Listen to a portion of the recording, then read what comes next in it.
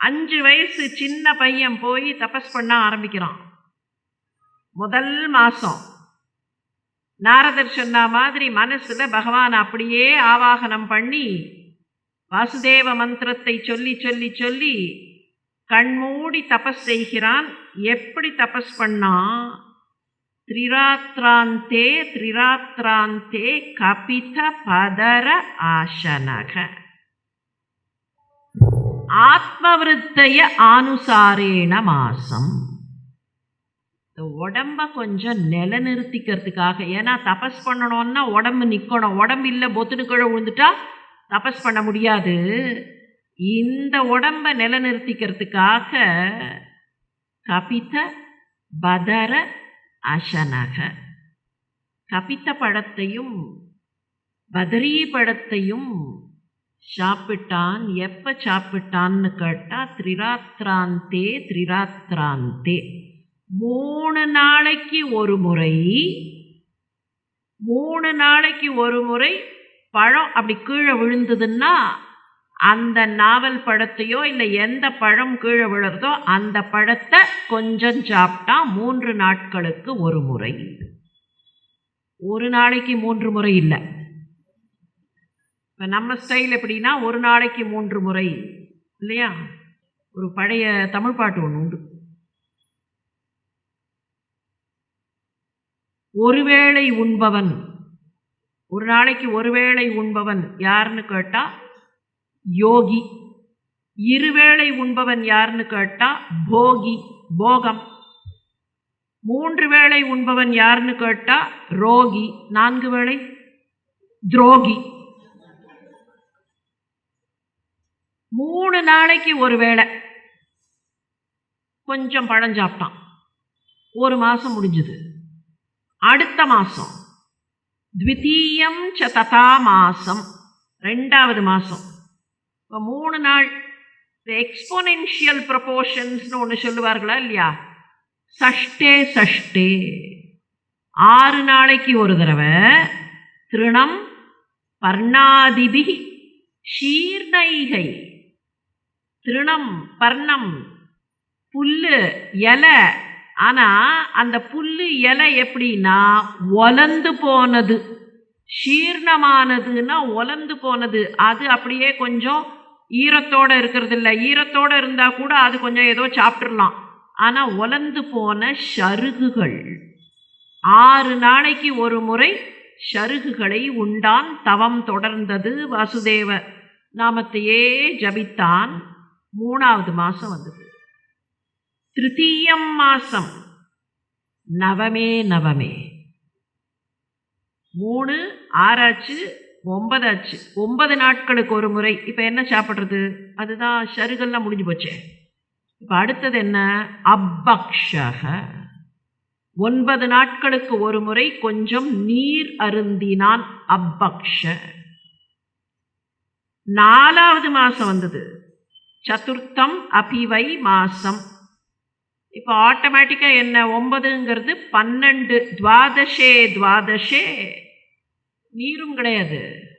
வாயுபக்ஷோ 12 நாட்களுக்கு ஒரு முறை கொஞ்சம் காற்றை உள்ளிழுத்தான். அப்படின்னா மற்ற நாட்களில் காற்றை உள்ளிழுக்கலன்னு அர்த்தம். வாயுபக்ஷோ. 4 மாதம் முடிஞ்சு போச்சு. 5வது மாதம் வந்தது. பஞ்சமே மாஸ்ய அனுப்பிராப்தே. 5வது மாதம் வந்தோடனே என்ன பண்ணினா? பஞ்சமே மாஸ்ய அனுப்பிராப்தே ஜிதஸ்வாசோ.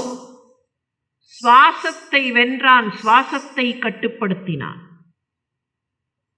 பிரம்ம தியாயன் பாத ஏகைன ஸ்தாணுர் அச்சலஸ்தஸ்தௌ. ஒரு மலை அப்படியே நிற்கிற மாதிரி, மலை எப்படி அசையாமல் இருக்குமோ அந்த மாதிரி ஒத்த காலில் ஏகபாதேன ஸ்தானு, ஒத்த காலில் நிற்கிறான். மூச்சும் விடலை. ஜிதஸ்வாசனாக பிரம்ம தியாயன்.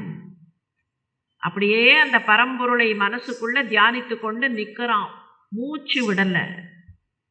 அவன் மூச்சு விடலைன்னொன்ன உலகங்கள் எல்லாம் நடுங்கின. உலகமெல்லாம் நடுங்க ஆரம்பிச்சது. 14 லோகமும் நடுக்க ஆரம்பிச்சது. உலகத்துல இருந்த மற்ற ஜீவன்களுக்கெல்லாம் மூச்சு விட முடியல. லோகா நிர் உஷ்வாச நிபீடிதா பிருஷம் சலோகபாலாகா சரணம் யயுர் ஹரிம். லோகத்தில் இருக்கக்கூடிய எல்லாரும் லோகபாலர்கள் எல்லாருமா சேர்ந்து ஓடினார்கள், ஹரி கிட்ட போய் காலில் விழுந்தார்கள். எங்களால் மூச்சு விட முடியலன்னார்கள். அவன் மூச்சு விட முடியல, அவன் மூச்சு விடலை, எங்களால் மூச்சு விட முடியல. அவர் சிரிச்சுட்டே சொன்னார், அவன் மூச்சு விடாம என்ன அவனுக்குள்ள கட்டி போட்டுட்டான், இவருக்குள்ள இருக்கக்கூடிய மற்ற லோகங்களால மூச்சு விட முடியல. நியாயம் தானே? 14 லோகமும் எங்க இருக்கு? பகவான்கிட்ட இருக்கு. அவர் அவனுடைய சுவாசத்தில் கட்டுப்பட்டு அப்படியே அந்த சுவாசம் இல்லாததுனால அப்படியே நிற்கிறார்னா, அவருக்குள்ள இருக்கிற மற்றதுக்கெல்லாம் மூச்சு அப்படியே பிடிச்சது, மூச்சு விட முடியல, தவித்தார்கள். அவர்கள் கேட்டுக்கொண்டார்கள், தயவு செய்து போங்கள், அந்த பிள்ளைக்கு என்ன வேணுமோ கொடுங்கள். இப்படியே அவன் நின்னான்னா நாங்கள்லாம் அழிஞ்சு போயிடுவோம், எங்களால் மூச்சு விட முடியாது. முனிவர்கள் எல்லாம் போனார்கள், ஹரியினிடத்தில் போனார்கள், அந்த பிள்ளைக்கு என்ன வேண்டுமோ அவனுக்கு கொடுங்கள். அப்பத்தான் அவன் எந்த வடிவத்தில் தியானம் பண்ணானோ அதே வடிவத்தில் அவன் முன்னால் காட்சி கொடுத்தார். சங்கு சக்கரதாரியாக காட்சி கொடுத்தவர் அவர் வந்து எதிரில் நின்னது கூட அவனுக்கு தெரியாது. முழுக்க முழுக்க முழுக்க அப்படியே அந்த தியானத்தில் அந்த பரம்பொருளோடு தான் ஐக்கியப்பட்டு நிற்கிறான். அப்படி நின்னவனை மெல்ல தன்னுடைய சங்கால் அவனுடைய கன்னத்தில் தொட்டார். சங்கு கன்னத்தை தொட்ட உடனே லேசா கண்ணை திறந்தான். வேத அகம் தே வியவசிதம் ஹிருதி ராஜன்ய பாலக தத் பிரயச்சாமி பத்ரம் தே துராமபி சுவ்ரதம். உன் மனசுல என்ன இருக்குன்னு எனக்கு தெரியும். அவரை பார்த்தோன்னே அப்படியே நமஸ்காரம் பண்ணினா, ஸ்துதித்தான். எனக்கு இன்னும் வேணும்னு கேட்கல. அவன் மனசுல என்ன இருக்குங்கிறது அவருக்கு தெரியும், அவன் கேட்கவே இல்லை, அப்படியே ஸ்தோத்திரம் பண்ணான். உன் மனசுல என்ன இருக்குன்னு எனக்கு தெரியும்னர். எனக்கு தெரியும்பா, வேத அகம் தே வியவசிதம் பிரச்சாமி, எனக்கு தெரியும் உன் மனசுல என்ன வச்சிருக்கேங்கிறது எனக்கு தெரியும். அதுக்காகத்தான் வியாசர் அந்த இடத்துல ஒரு வார்த்தையை போட்டார், வேத அகம். வேதத்தை உணர்ந்த அவருக்கு, இல்லை வேதமாக இருக்கிற அவருக்கு யார் மனசுல என்ன இருக்குன்னு தெரியும். அவரவர்கள் மனசுல இருக்கிறது பகவானுக்கு தெரியும். நமக்கு என்ன வேணுமோ அதை அவர் கொடுப்பார். நம்ம மனசுல என்ன இருக்கோ, நியாயமா என்ன இருக்கோ அந்த நியாயத்தை அவர் பூர்த்தி செய்வார். அப்படி சொல்லிட்டு ஒன்று சொன்னார், எனக்கு தெரியும், ஆனா துராமபி சுவ்ரதம், நிறைய விரதம் இருக்கக்கூடியவர்களுக்கு கூட நீ மனசுல நினைச்சிட்டு இருக்கியே அது அவ்வளவு லேசில் வராதுப்பா, அவ்வளவு சுலபமாக கைவராது. இருந்தாலும் உனக்கு நான் தருகிறேன். அது அவ்வளவு லேஸ்ல கைவராது, இருந்தாலும் நான் உனக்கு தரேன். அவன் மனசுல அப்படி என்ன ஆசை இருந்தது, என்ன ஆசைப்பட்டானா, எங்க அப்பா மடியில என்னை உட்கார விடல, அப்போ எங்க அப்பாவுடைய ராஜ்யத்தை விட அவ்வளவு என்ன, எங்க பாட்டனாருக்கும் தந்தை பிரம்மா தானே, அந்த பிரம்மலோகத்தை விட ஒரு பெரிய ராஜ்யத்தை நான் பகவானை வணங்கி பெற்று விடுகிறேன். பிரம்மலோகத்தை விட பெருசா இருக்கணும், அந்த மாதிரி ஒரு ராஜ்யத்தை நான் பெற்று விடுகிறேன். அது கொஞ்சம் குழந்தைத்தனமானது தான். ராஜ்யத்தை பெற்று விடுகிறேன். பகவான் என்ன நினைக்கிறார், பிரம்மலோகத்தை விட பெருசா ஒன்று இவனுக்கு கொடுக்க முடியுமா?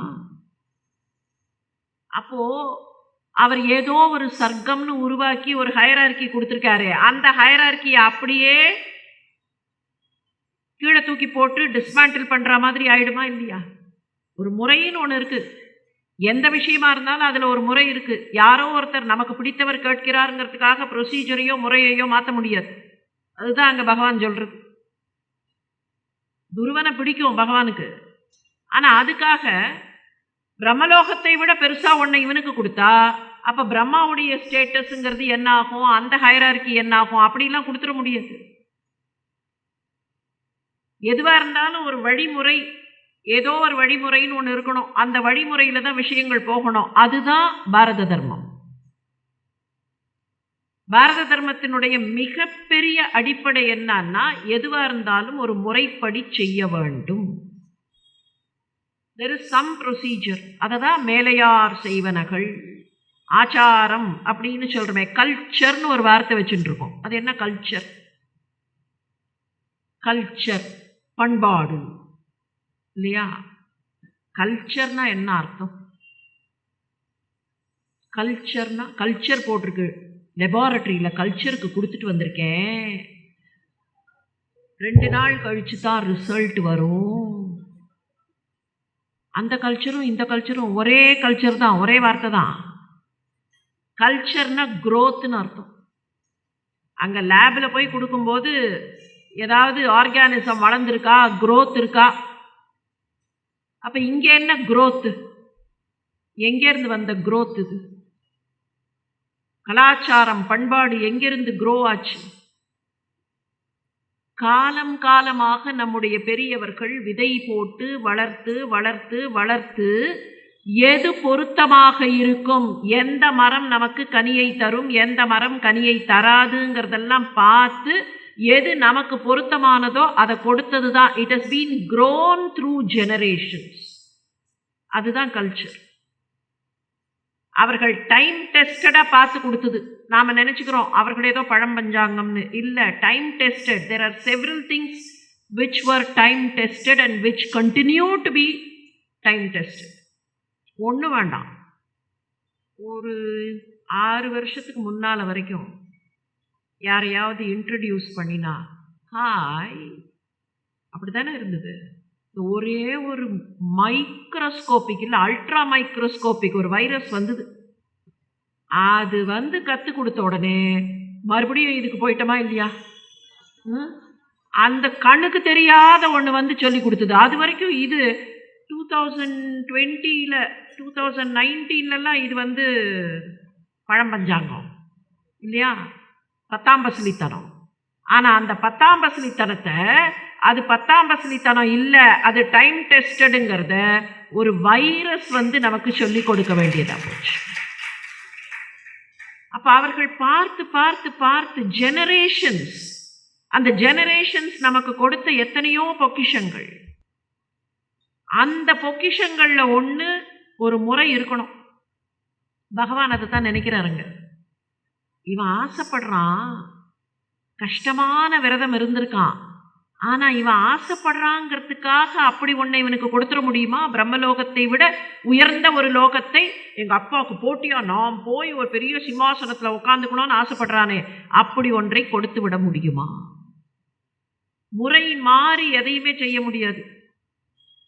ஆனால் இன்னைக்கு அதை மறந்துட்டோம். முறை மாறி செய்ய முடியாது, செய்யக்கூடாது என்பதை அன்ஃபார்ச்சுனேட்லி நாம் மறந்து போயிட்டோம். ஒன்றுமில்லை, ஒரு கொஞ்சம் வருஷத்துக்கு முன்னாலெல்லாம், கொஞ்சம் வருஷம் இங்கே இருக்கக்கூடிய பெரும்பாலானவர்கள் பள்ளிக்கூட மாணவர்களாக இருந்த காலத்தில் கணக்கு பரீட்சை ஒன்று நடக்கும் இல்லையா? அதுக்கு போகும்போது வீட்டில் என்ன சொல்லி அனுப்புவார்கள்னு கொஞ்சம் நினைத்து பாருங்கள். பார்த்து போடு, ஸ்டெப்ஸை ஒழுங்காக பார்த்து போடு, ஆன்சர் வரலன்னா பரவாயில்ல இல்லையா, don't worry about the answer, steps கரெக்டாக இருக்கணும். என்ன indication? If your steps are correct, your answer also will be correct. Maybe the answer is not palatable to you, our answer கரெக்டாக வந்துடும். Don't worry about a quick jump to the answer. இப்போ என்ன நினைக்கிறோம், எல்லாமே quick, உடனே வரணும். எதுக்குன்னா இந்த ஸ்டெப் எல்லாம் ஷேக்ஸ்பியர் ஒரு இடத்துல சொல்வார், there should be methodology in madness டூம்பர்.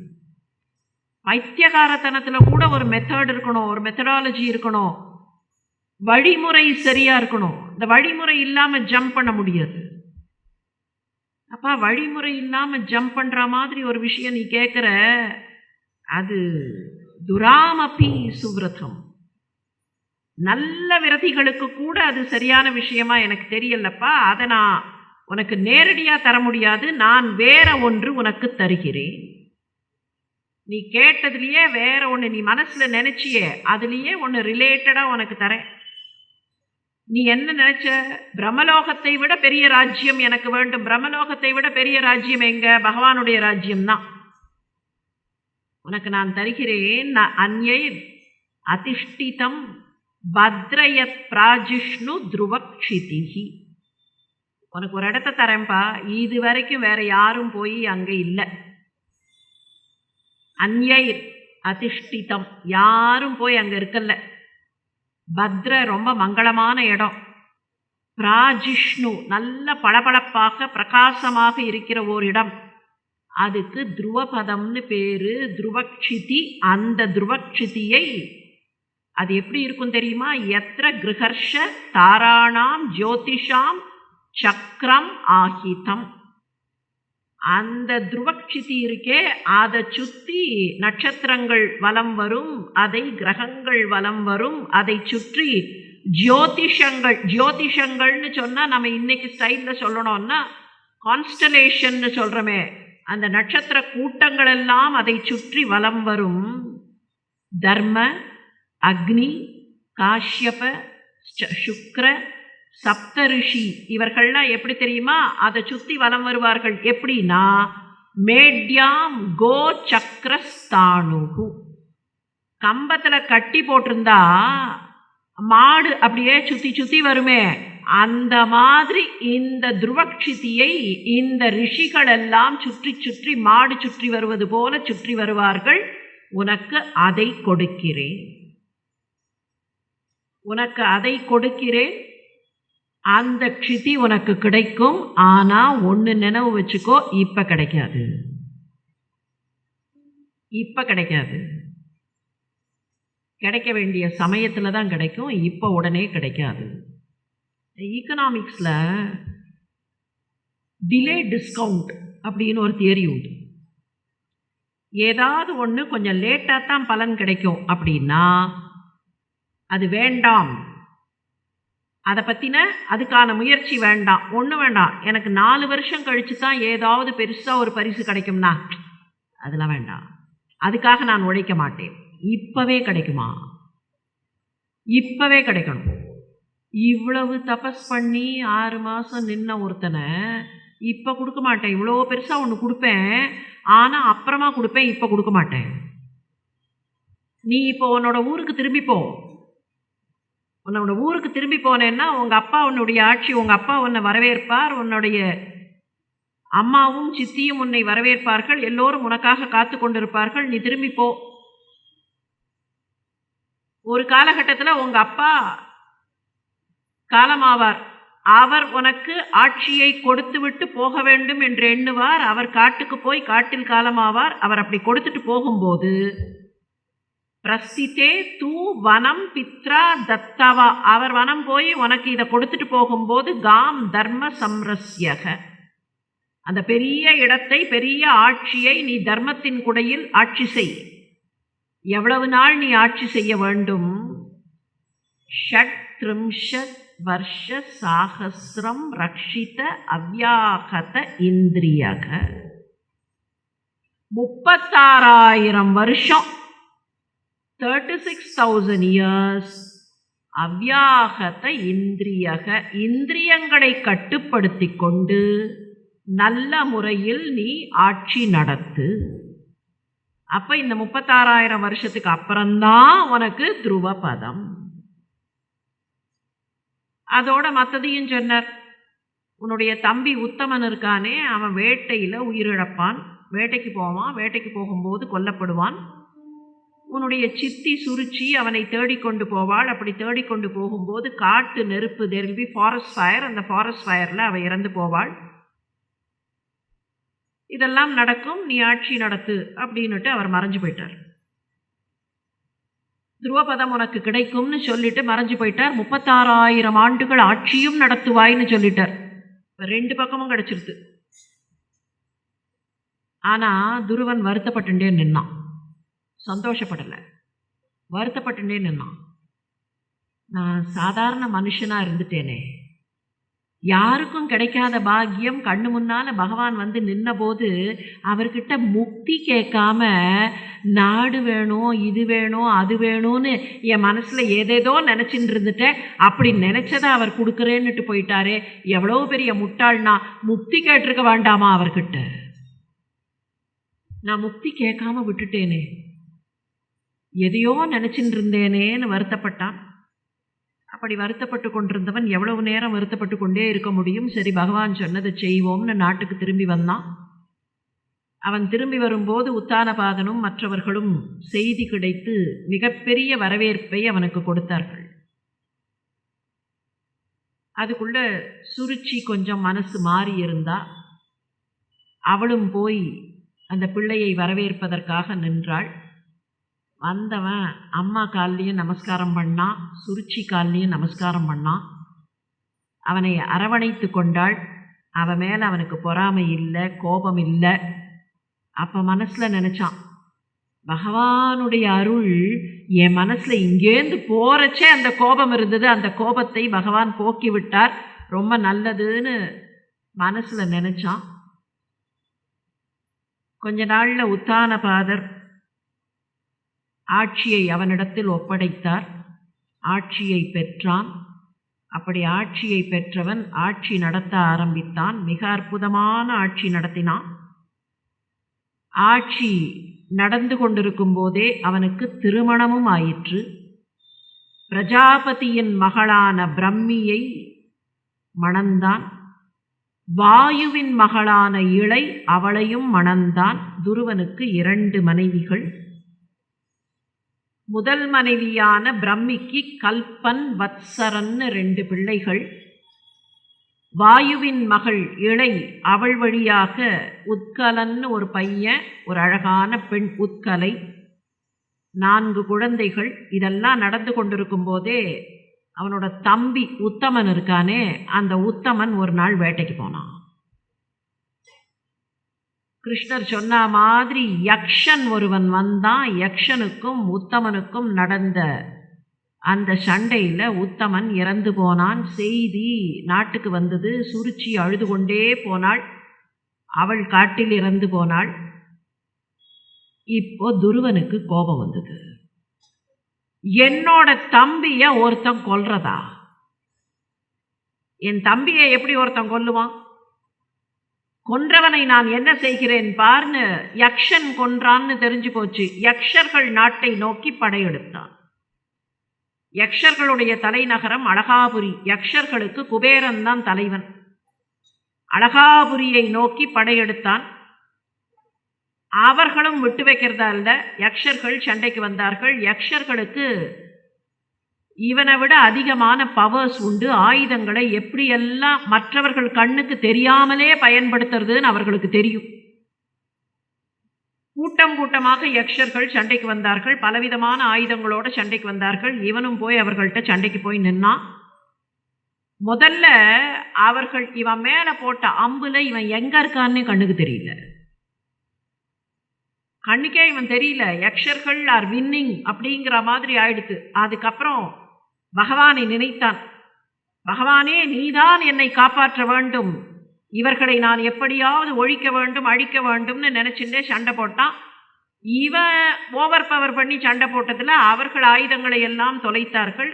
ஒரு ஸ்டேஜில் யக்ஷர்கள் யாருமே ஆயுதமேந்திய யக்ஷர்களே அழகாபுரியில் இல்லைங்கிற லெவலில் எல்லாரும் அழிந்தார்கள். நேராக அழகாபுரி வாசலுக்கு போனான்.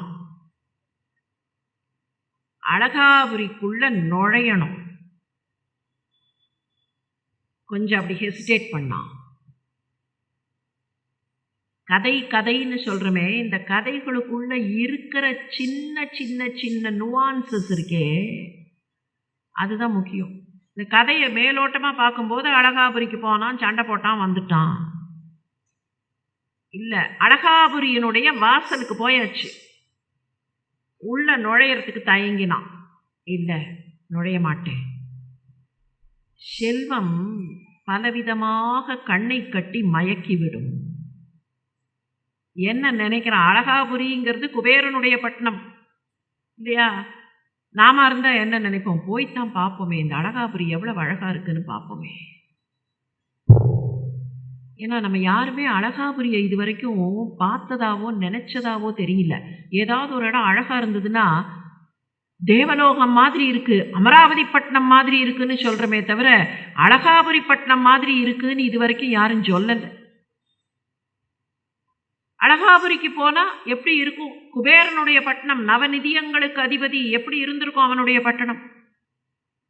உள்ள போற வாய்ப்பு கிடைச்சது, துருவன் தயங்கிட்டான். வேண்டாம், நான் உள்ள போனேன்னா கண்ணை கட்டிடுமோ.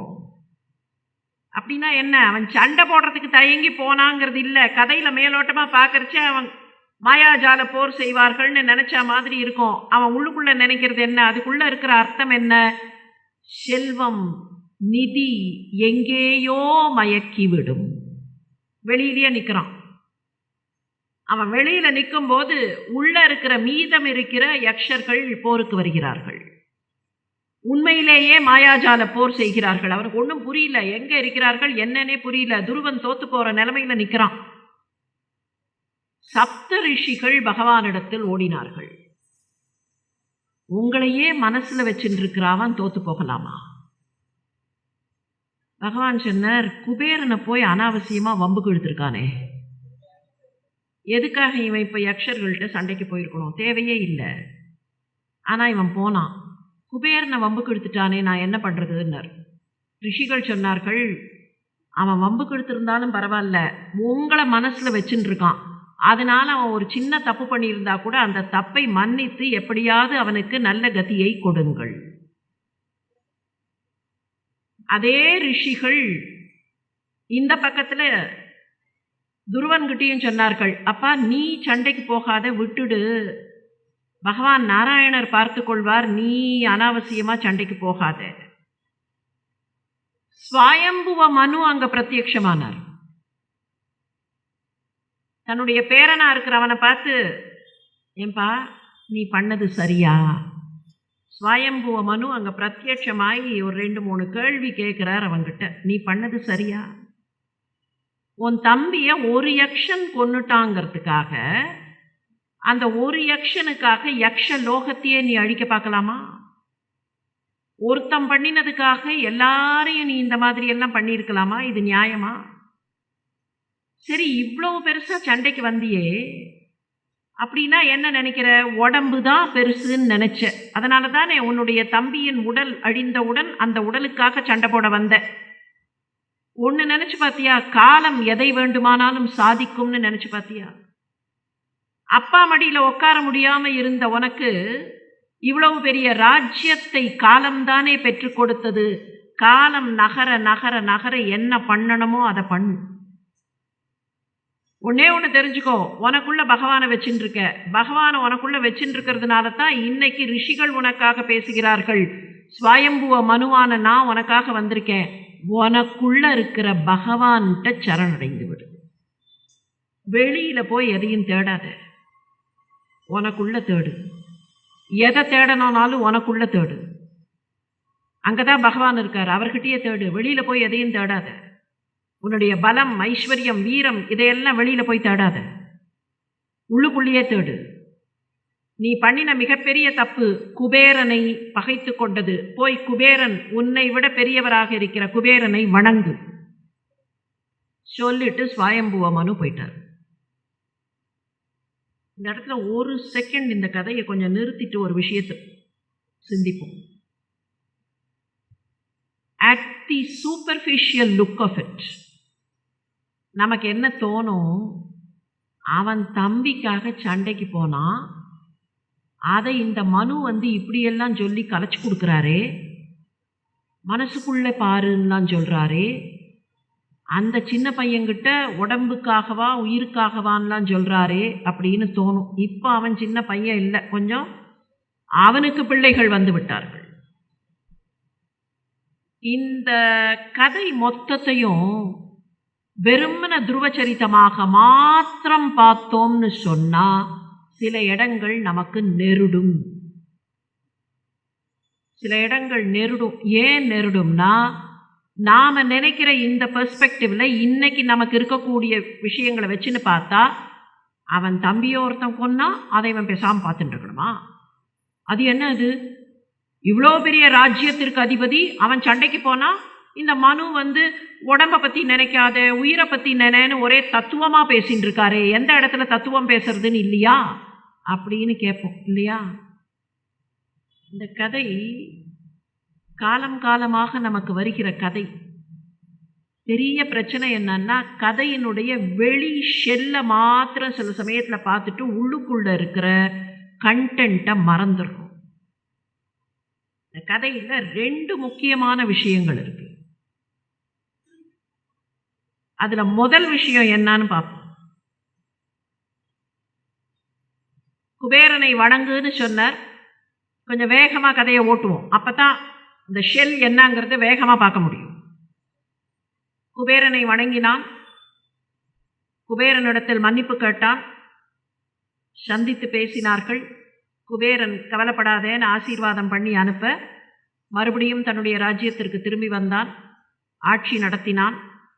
குறிப்பிட்ட 36,000 ஆண்டுகள் நிறைவடைந்தன. அலக்கநந்தாவுக்கு போனான். அலக்கநந்தா கரையில் பிராணாயாமம் செய்து கொண்டே அமர்ந்தான்.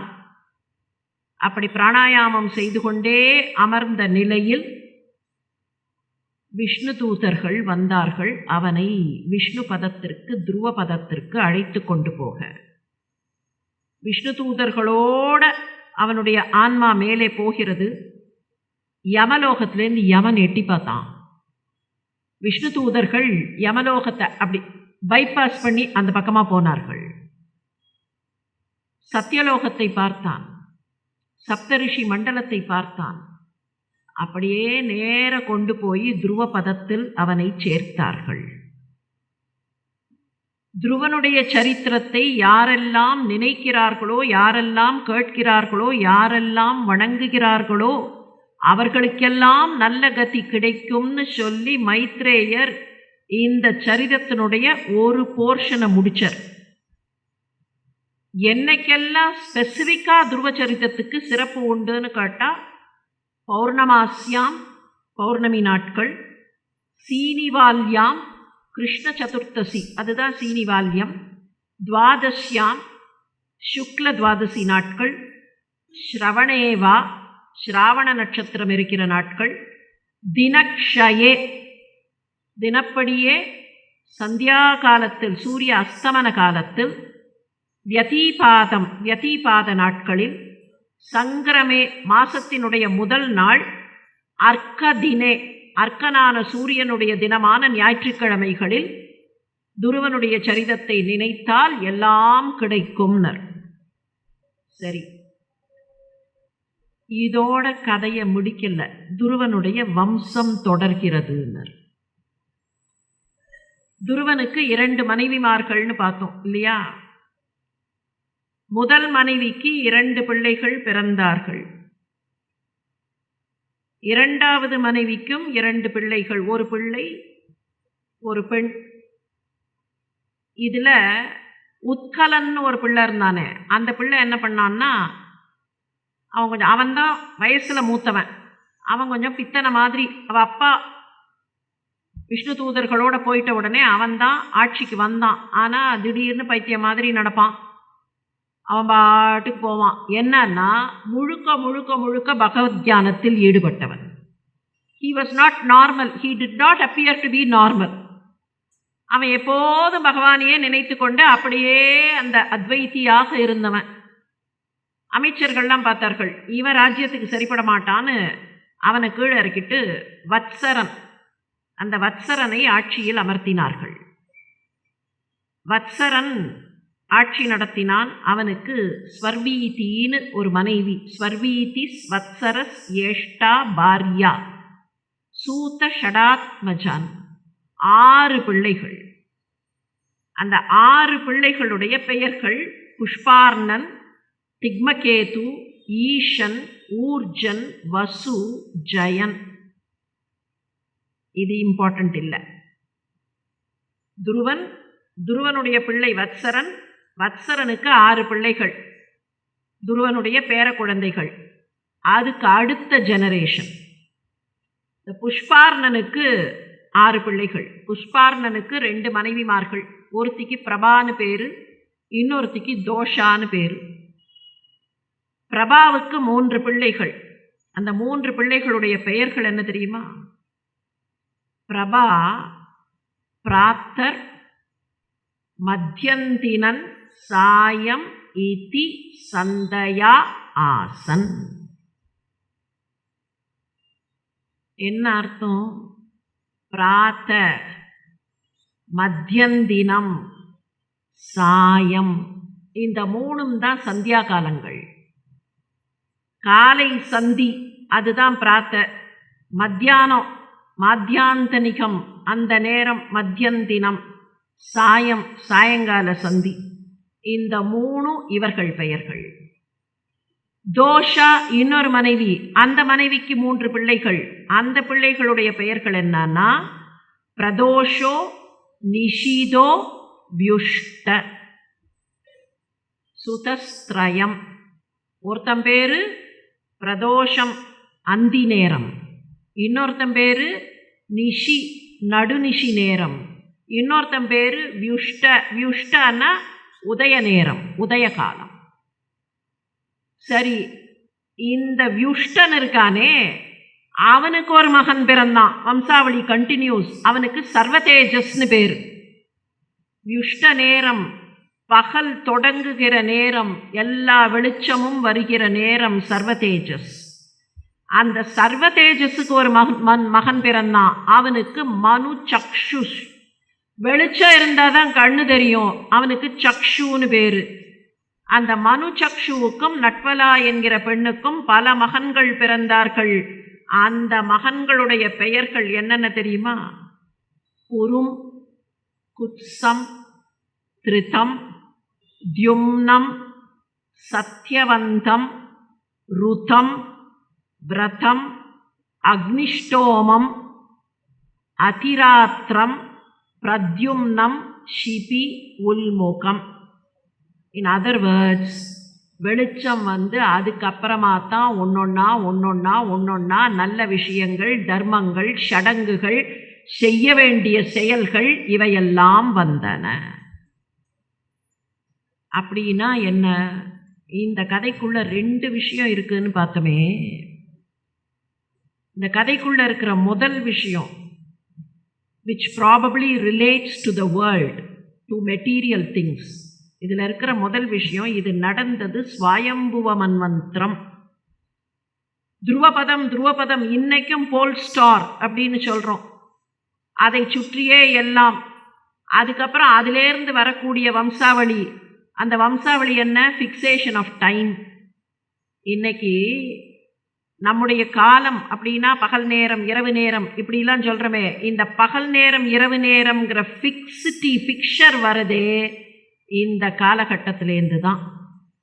அப்போ இதுக்குள்ளே இருக்கிற 2வது விஷயம் என்னன்னா, பகவான் இப்படியெல்லாம் பகல் நேரம், இரவு நேரம் இப்படியெல்லாம் நமக்கு ஃபிக்ஸ் பண்ணி நம்ம வாழ்க்கையை கொண்டு வந்து இந்த ஜீவன்களுடைய வாழ்க்கையை இதுக்குள்ளே வைக்கும்போது நம்முடைய ஃபோக்கஸ் எதில் இருக்கணும்னா, எப்போதும் தெய்வத்தையே உள்ளத்திற்குள் வைத்து கொண்டிருந்த துருவனை போல இருக்க வேண்டும். அதுக்காகத்தான் யக்ஷனோட சண்டை போட்டான், குபேரனோட சண்டை போட்டான். நமக்கு ஜஸ்ட் லைக் தட் பார்க்கும்போது குபேரன்ட்ட எதுக்காக இவன் சண்டை போனான்? நியாயம் இல்லையே. இவன் சண்டை போட்டது கரெக்டு தானே. குபேரனை வணங்குன்னு ஏன் ஸ்வயம்புவ மனு சொன்னார்னா, பூலோகத்தில் நாம் வாழ்கிற வாழ்க்கை நவநிதியங்களுக்கான வாழ்க்கை மாத்திரமில்லை. இந்த வாழ்க்கை சரியான வாழ்க்கையா போகணும்னா இதெல்லாம் நடக்க வேண்டும். இப்படித்தான் சிந்தனை இருக்க வேண்டும். எப்போ சொல்லி கொடுக்கிறார் பகவான்? இதை பிள்ளையார் சுடி போடுறச்சு. இந்த பூமின்னு ஒன்றை ஃபிக்ஸ் பண்ணும்போது, இந்த பூமி ஃபிக்ஸ் ஆன போது தானே டைம்ங்கிறதெல்லாம் ஃபிக்ஸ் ஆகிருக்கும். இந்த டைமை ஃபிக்ஸ் பண்ணும்போதே, காலம்ங்கிற கான்செப்டை கொண்டு வரும்போதே நம்முடைய வாழ்க்கை இப்படி இருக்க வேண்டும். காலம் எல்லாவற்றையும் மாற்றி கொடுக்கும். காலம் உருண்டு கொண்டே இருக்கும். காலம் உனக்கு தர வேண்டியதை தரும். புராணம்னு சொல்கிறோமே, புராணம் என்பது வெறும் கதை இல்லை. கதை மாத்திரம்னு சொன்னால் என்ன ஆயிடுத்து? இந்த வெஸ்டர்ன் இன்ஃப்ளூயன்ஸில் ஷெல்லை மாத்திரம் எடுத்துக்கிறோம். கதையில் நமக்கு ஷெல் மாத்திரம் கிடைக்கிறது. ஆனால் அந்த ஷெல்லுக்குள்ளே இருக்கக்கூடிய முக்கியமான விஷயங்கள், we are more worried about the shell. காக்கா பாட்டிக்கிட்ட வடையை திருடித்து அப்படின்னு சொன்னால் அது எப்படி வடையை திருடலாம்? காக்காய்க்காக இல்லை கதை, நரிக்காக இல்லை, ஆமைக்காக இல்லை, முயலுக்காக இல்லை. எந்த முயலும் எந்த ஆமையும் இதையெல்லாம் படிச்சுட்டு இந்த கதையிலிருந்து what I learned the moral of the story அப்படின்னு ஏதாவது சொல்ல போகிறதா? இல்லை காக்காயோ முயலோ ஆமையோ பேசின பாஷையெல்லாம் நமக்கு புரியுமா? நாம் பேசுகிற பாஷை அதுக்கு புரியுமா? அப்போ எதுக்காக இந்த கதை? In the form of a story நமக்கு வேற எதையோ தர வேண்டும். ஒரு உண்மையை நமக்கு தரணும்னா அதை கொஞ்சம் அதை பாரு, இதை பாரு, இப்படி பாரு, அப்படி பாருன்னு சோறு ஊட்டினா தான் குழந்தை சாப்பிடும். அதுக்காக இந்த கதையை கொடுத்தார்கள். ஆனால் நம்ம என்ன பண்ணிட்டோம்னா ஷெல்லை பெருசாக்கிட்டு உள்ளுக்குள்ளே இருக்கிற கண்டென்ட்டை அப்பப்போ மறந்து போய்டுறோம். துருவனுடைய கதையில் இவ்வளவு டீட்டெயில்டாக, கதை ரொம்ப சின்னது தான், ஆனால் அங்கங்கே இருக்கிற கான்வர்சேஷன், துருவனுக்கும் நாரதருக்கும் வருகிற கான்வர்சேஷன், துருவனுக்கும் மனுவுக்கும் வருகிற கான்வர்சேஷன், நாரதருக்கும் உத்தானபாதனுக்கும் இருக்கிற கான்வர்சேஷன், துருவனுக்கும் மகாவிஷ்ணுவுக்கும் இருக்கிற கான்வர்சேஷன்னு போனோம்னா இந்த கான்வர்சேஷனில் தான் நமக்கு வேண்டிய எல்லா விஷயங்களையும் வியாசரும் சுகரும் வைத்து கொடுத்தார்கள். துருவன மாதிரி பகவானை மனசுலேயே வைத்திருந்தால் பகவான் என்றைக்காக இருந்தாலும் பிரத்யக்ஷமாகி கூடவே இருப்பார். அப்படி பகவானுடைய பேரருள் எல்லோருக்கும் கிடைக்க வேண்டும் என்பதை பிரார்த்தனையாக வைத்து இப்போதைக்கு விடைபெறுகிறேன். நன்றி, வணக்கம்.